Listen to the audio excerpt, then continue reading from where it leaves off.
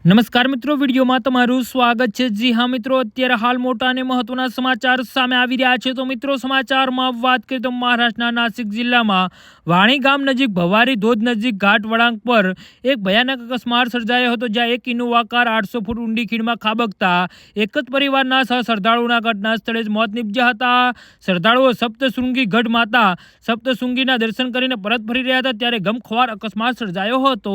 અહેવાલ અનુસાર ઘાટ રોડ પર ઓવરટેક કરવાનો પ્રયાસ કરતી વખતે ઇનોવા કાર અચાનક કાબુ ગુમાવી દીધી અને સીધી ખીણમાં ખાબકી હતી। મૃતકોની ઓળખ કીર્તિ પટેલ, રસીલા પટેલ, વિઠ્ઠલ પટેલ, લલતા પટેલ અને પંચન પટેલ, મણિબેન પટેલ તરીકે થઈ અને બધા પિંપળગાંવ બસવંતના રહેવાસી હતા। અકસ્માતની માહિતી મળતા જ પોલીસ, સપ્તશૃંગી ગઢ ડિઝાસ્ટર મેનેજમેન્ટ ટીમ અને ગ્રામ્ય પરિષદના સભ્યો ઘટના સ્થળે પહોંચ્યા અને કાર જ્યાં પડી હતી તે સ્થાન અત્યંત જોખમી અને લગભગ 800 ફૂટ ઊંડી હતી, જેના કારણે બચાવ ટીમને નીચે ઉતરવું મુશ્કેલ બન્યું હતું। મૃતદેહ હજુ સુધી મળી આવ્યા નથી। જી હા મિત્રો, તો આના વિશે તમારું શું કહેવું છે તો નીચે અમારી કમેન્ટ બોક્સમાં જરૂરથી જણાવજો અને અમારી યુટ્યુબ ચેનલને સબસ્ક્રાઇબ કરવાની ભૂલતા નહીં। ધન્યવાદ।